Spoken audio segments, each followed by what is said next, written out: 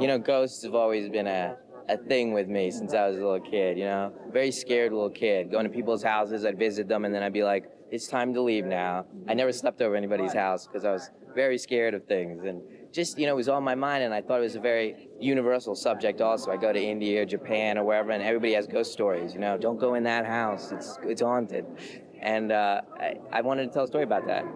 The first draft of Sixth Sense turned out to be everything that I was fearing. Just the most, you know, derivative, you know, thing you'd ever read, with cliched lines and cheesy one-liners and familiar arcs, and everything was, you know, the fear just came right out of me going, you can't write those. See, this is garbage, you know? And I threw that one out, didn't look at it again, wrote another draft from page 1, did that one, that was garbage. And I was like, you know, there's gotta be something in here, you know, a line or something that works.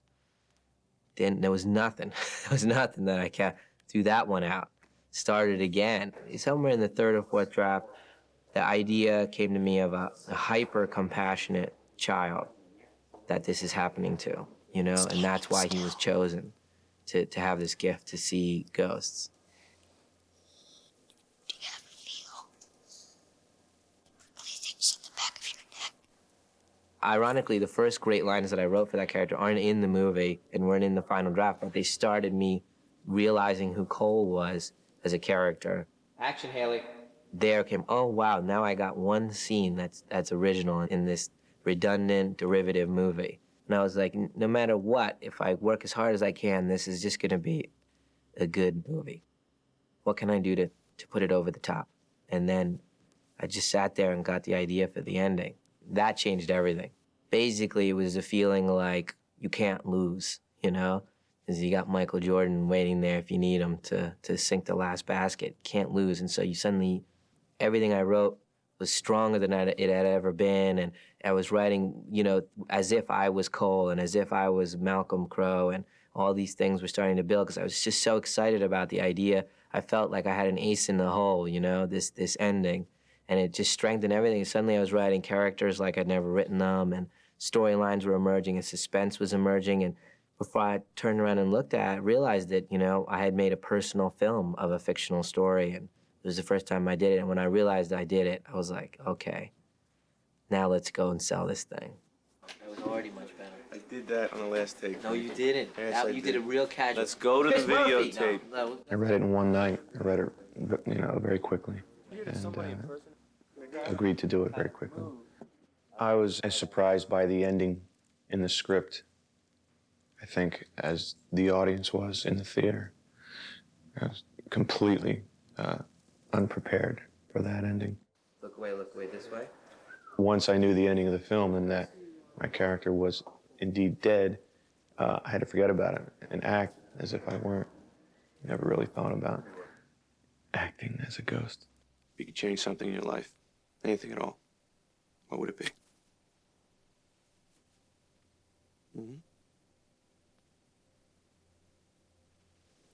You don't have to answer me now. Each movie has its own theme, and Sixth Sense's theme was communication, you know, and that's just for me, you know, to kind of tie all the characters together so that it feels a part of one journey, you know, that the mother's trying to talk to the son, you know, the husband, Malcolm's trying to talk to his wife, and all these ghosts are trying to talk to Cole, you know, and that everyone learning to communicate is kind of the point of the movie. Did I give you the right expression? The second audition was the first time we had a real long conversation. I got in there, and I guess the nerves went away because I just got into talking about the character with them and talking about how much, you know, how Cole really feels for the people he sees, and how the film was about communication. It wasn't just about ghosts. Put the camera on, Kyle. One last rehearsal. Okay, rehearsal's up. Last time for everybody to make mistakes. He's a rare individual in Hollywood because most films come from modern fiction, modern novels, remakes of old films, remakes of TV shows from the 60s. And Knight just makes these stories up out of his head. He's a great storyteller. He thinks in big pictures. I mean, although he does think about individual shots, he thinks about telling the story with the camera.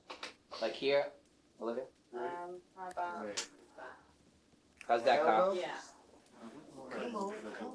At a very early point in the film, it became very much less about a child psychologist as it was about a man searching for some answer.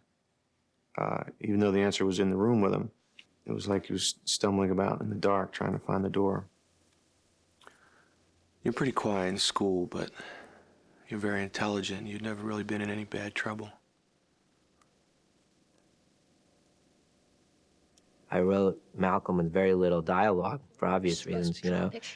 His eyes become our narration. And so when the kid says something about drawings and that he draws people, and he drew a guy with a screwdriver in his neck, his reaction and all of that stuff is so important, you know, to see the arc of non-believer to believer in his eyes.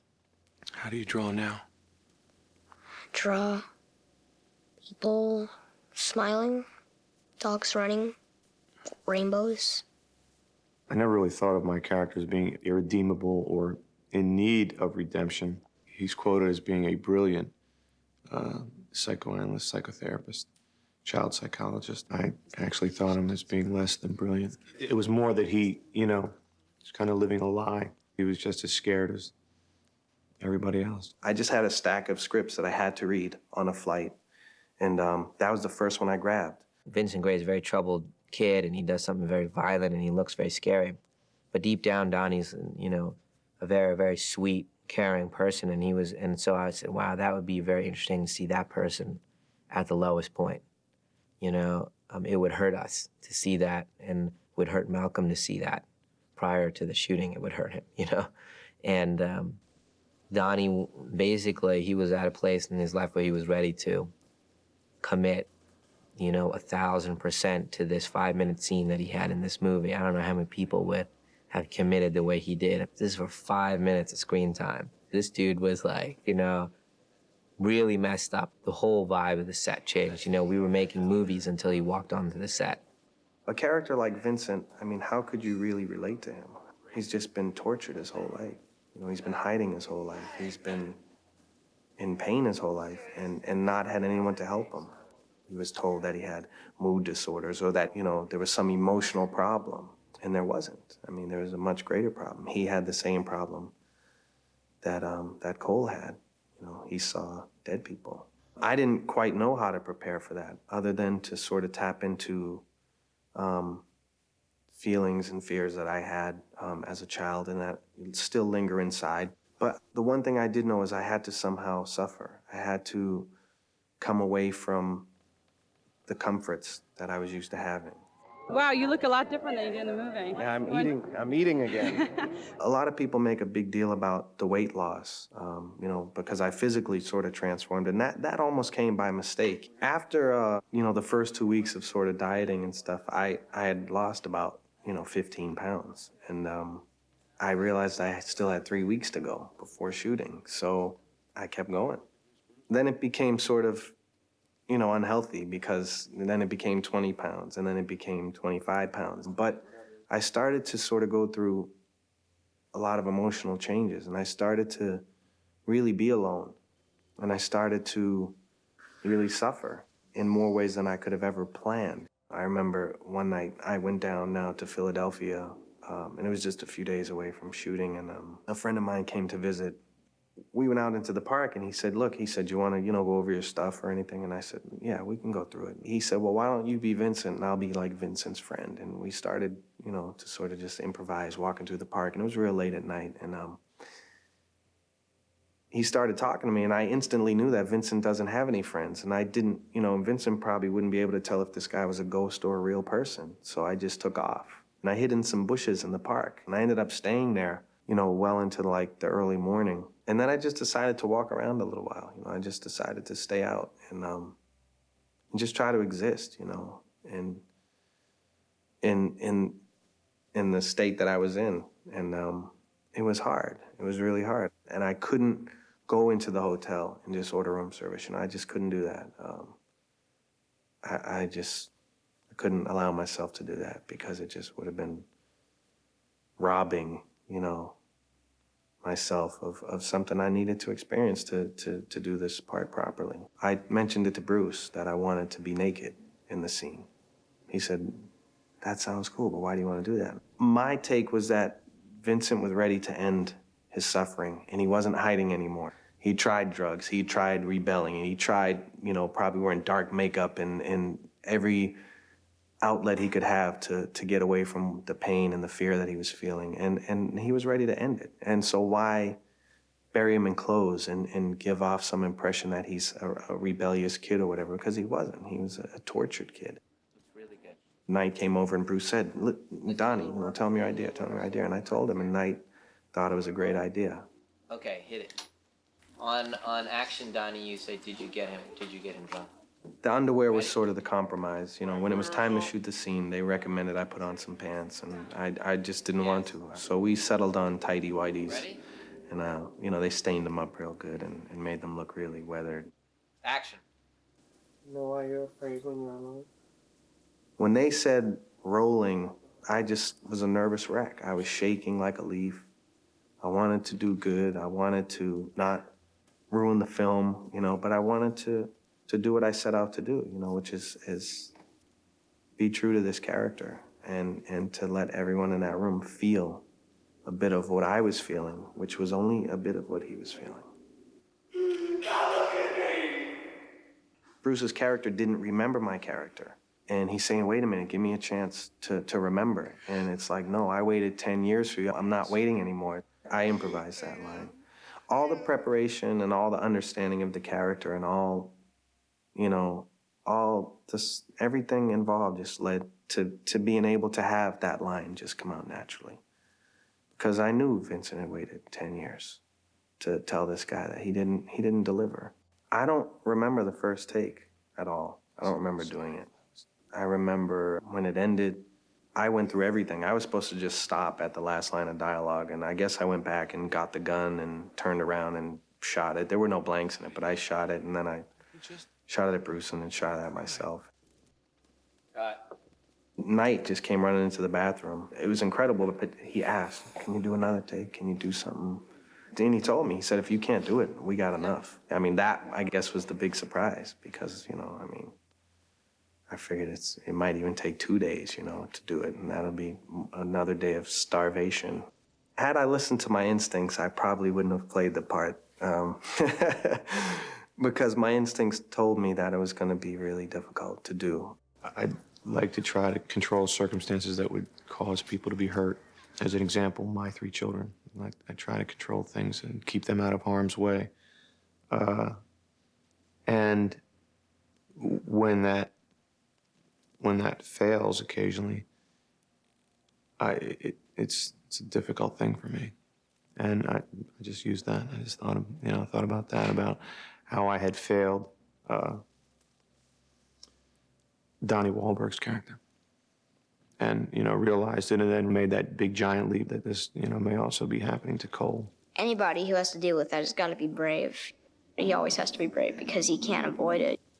He didn't fall apart completely like Vincent. I mean, he and Vincent are a lot alike, but I guess Cole might be a little stronger. And though he feels for the people that he sees, I think that's the one thing that keeps him from completely falling apart. What's amazing about Haley is I talked to him as an actor, not as a child actor. And that was irrelevant that he was young, you know, just directly as another actor. In the best way, an inspired actor, which is, you know, the greatest thing you hope for.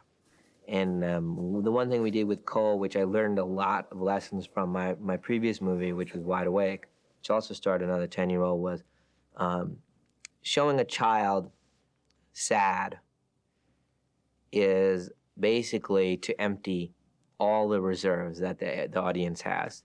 If they have whatever that amount is that they have of, you know, we'll go with you and we're going to give as much as we can emotionally before we get back, it empties it entirely. When you see a child, you know, sad on screen, it's like, okay, it's all gone, and now what? You better have something good now because I got nothing left and I got no patience left. And that's something I learned, you know, the hard way.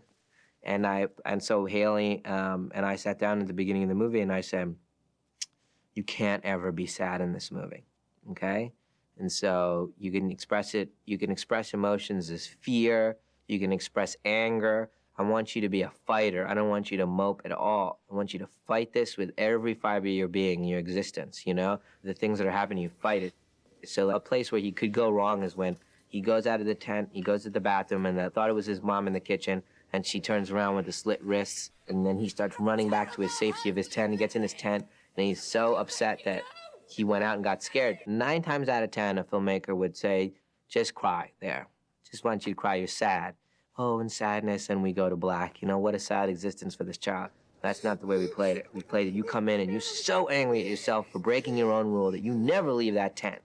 You know, and you're so stupid to have done that. And you know how to beat this thing. And this, you've made up the rules, and why did you leave? You know, never fall for that again and fight it. And meanwhile, tears are falling. But he's fighting it. You know, you never go out there. You never, I told you never to go out. You know what I mean? Talking to him, he's the only one who can help himself. He feels alone. And that, we fade on that kid.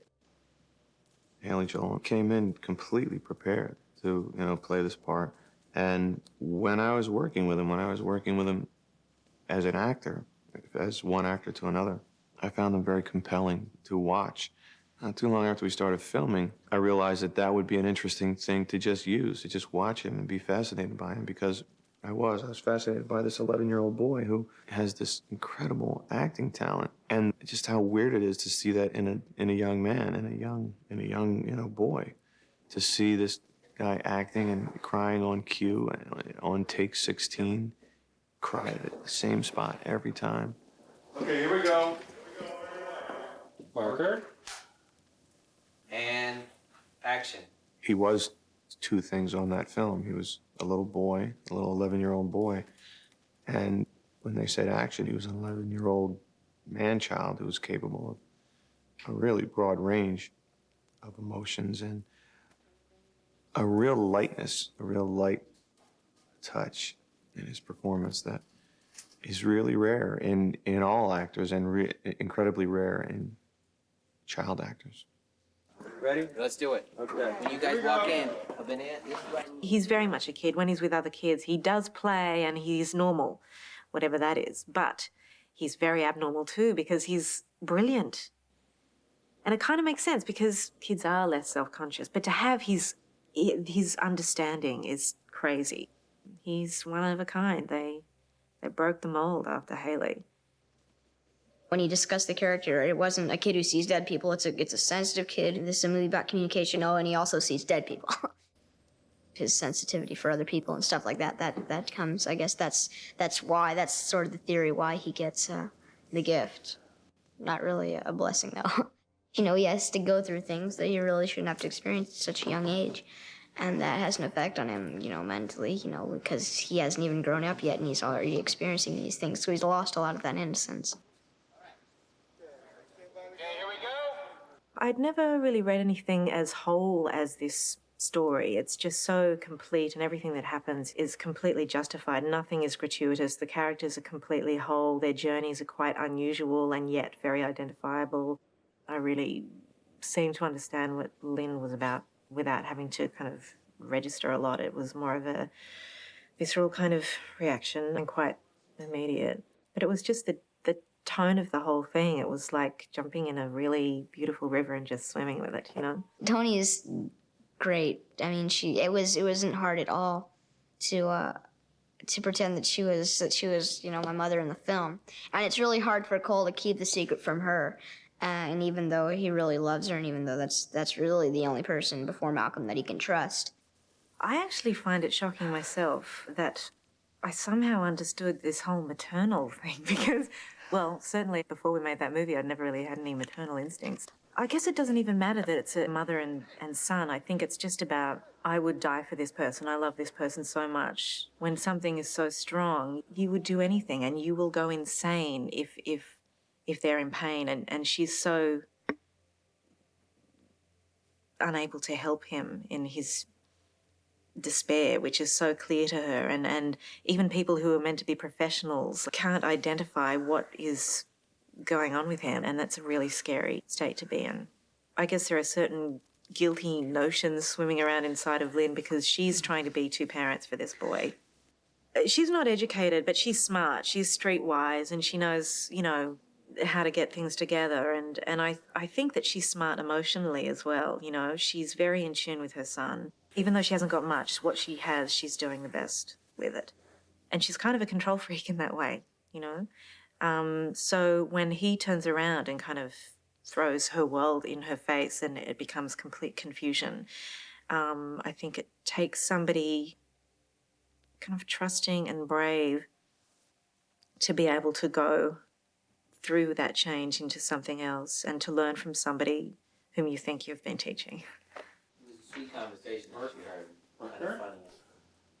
that scene where they play that game, the step forward, step back game, I kept sucking the camera back on every mistake that Bruce made, you know, to accent Bruce's feeling that this kid's slipping away from him. Bruce kept just shifting in his seat, and it was a real gentle physical acting moment that was wonderful to see a big action hero, you know, sitting in a chair and just, you know, he's trying to get again comfortable again to, okay, so let's do this again. The next question, you know, he's losing the kid. And, you know, just those subtle shifts, it's so unfamiliar to us to see Bruce Willis do that. And he did it so wonderfully. It made us so connected to him. Cut. Night. Yeah, what's up? I work on little things like that, on things of trying to say a great deal with as little, I guess, effort as possible, as little seeing the acting. You know, I don't want you to see the acting. I just want you to see the behavior. You know, your own opinion. Why do I look at my pants hiked way up? Okay. Hey, camera marker. That's the right answer.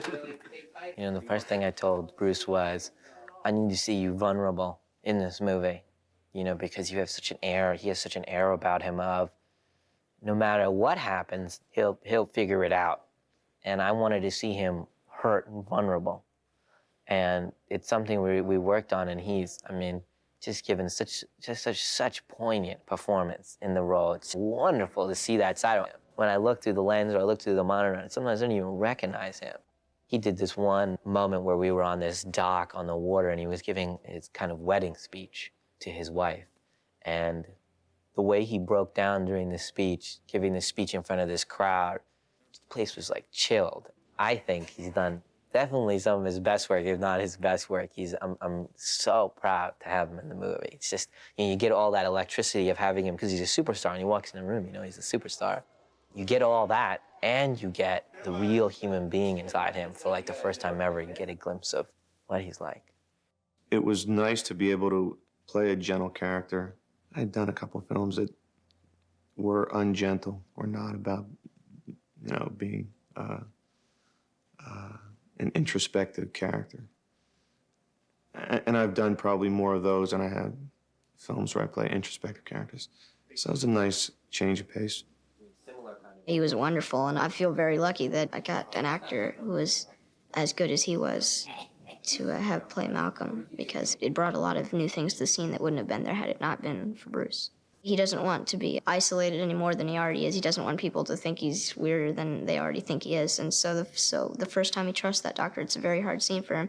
It's hard for him to tell somebody the things that he's been holding back so long. Because he's got a huge heart, but he has to see all these things, so he always has to feel the incredible pain of the people that he sees. The one that probably brought the most challenge for me was the scene when Bruce tells me that he's not going to be my doctor anymore. Cole's emotions sort of reach the highest point, you know, where he gets the most scared, because this doctor's come into his life and he's giving him the first glimpse that maybe there's a way out of being scared all the time, and then it's going away. And that type of fear, you know, a fear even amazingly beyond what he's been experiencing all his life, it was challenging. I spent a lot of time in rehearsal, you know, the night before with my dad, and we studying and going all the scenes that had preceded it and were coming after it to see what kind of tones had to be there in the scene, you know, what sort of special things that would affect things that would come after it, and what I had to bring into the scene from things that happened before it. The first time I did it, I knew it wasn't there, you know. The first take I wasn't happy with, and I really had to pound it out, you know. I guess I'd gone to really the highest point I'd ever gone with, really emotionally pumping myself up for the scene. And it turned out to be, I guess, one of the scenes of, you know, greatest heartbreak, because that's where the light at the end of the tunnel is sort of being closed off for him. And that was immensely hard to do. It was a really emotional day. Some of the crew was crying, which is fun, you know, to get all worked up like that. But it wasn't right for the scene. So we kept going to the point where I wasn't crying at all. We did a couple takes like that. I wanted Knight to have as many options as he could in the editing room. I'm not that big a fan of what I call wet scenes, you know, where everybody's just crying all over the joint. Those scenes do exist of me just bawling my eyes out, telling them I can't be his therapist anymore, but thank God they're not in the movie. So I think it just wasn't right for the character. Bruce goes back to the old session tapes of Vincent, and what seems to be just the most logical place to fast forward past, suddenly he hears my character alone. And he hears him start to sort of tremble and be afraid. And then he hears a voice of a man. And what the man is saying is, I don't want to die. A dead person came just like Haley told him they do. He heard the proof. He heard a voice on the tape of an old man who had obviously died and didn't want to. And that's when the light went on in Bruce's character's head. A lot of them had extensive makeup, and sometimes they weren't there at all. But the girl with the videotape, I think she was always there. We usually were both on camera, and she didn't have as much makeup as some of the people with, like, missing limbs or something had to have. His whole life he'd been running away from these guys.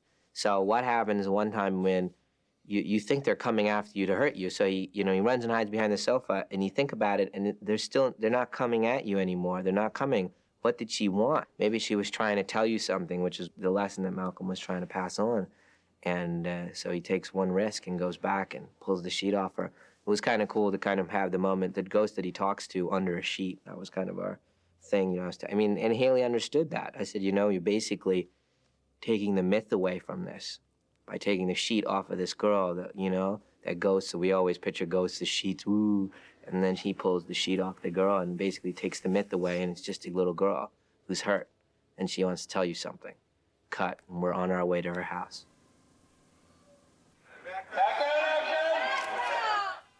That scene in that car, when I read the script, was the clincher for me. That really made me want to do it. Pull back. Once we get the idea that we're going back, go. Yeah. Let's reset. Everything else was great. That was great. Knight was always very adamant about saying they're partners. It's not like a mother and son. You don't talk down to him and he doesn't look up to you. You've got each other and that's it. I think it's strengthened from that scene in the car where he actually speaks honestly for the first time with her and lets her into his world. It was a very important scene to me. I mean, it may be that, that scene that takes you into another level of, wherever you're going, this journey that I'm going on as a storyteller, and writing that scene might have been the one that took me into a deeper place, the culmination of all these things that I had laid in about her dad, about being a mom, and all these things, and the bumblebee pendant from the grandmother, and all comes together. It's a 4-minute scene and there's no music. And definitely the traditional way to play the climax of a movie emotionally is a string, it's supposed to, but there isn't a drop of music, and these guys are just having this conversation in traffic. And I remember thinking, you could score this, and then I was like, but why? But why? It's there. And so that was a big step as a filmmaker as well. We did all of Haley's stuff first, and I cried all the way through his takes. It was just this unstoppable flow of something that I had to let go of. I almost didn't have control over it. And when we came to do my stuff, which was hours into the working day, I think we did a take and then attempted to go in closer, and it was already done. Knight and I kind of decided that once you get it, you can't get it again. So that was it. The structure of The Sixth Sense, to make it work perfectly, you have to have a resolution so complete and so fulfilling that you think the movie is over.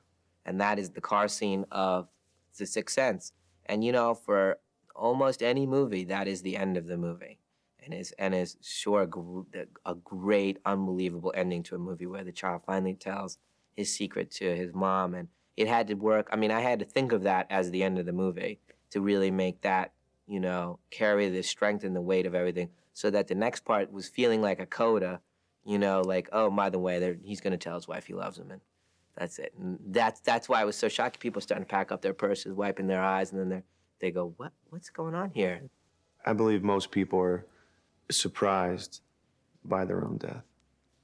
I mean, obviously some people know they're going to die and can't even tell you when, but I would think most people are very surprised they're about to die. That's one of the great conceits of, 21st century man, that we think we're going to live forever. We expect dying in our old age is our inheritance somehow, and that's not always the case.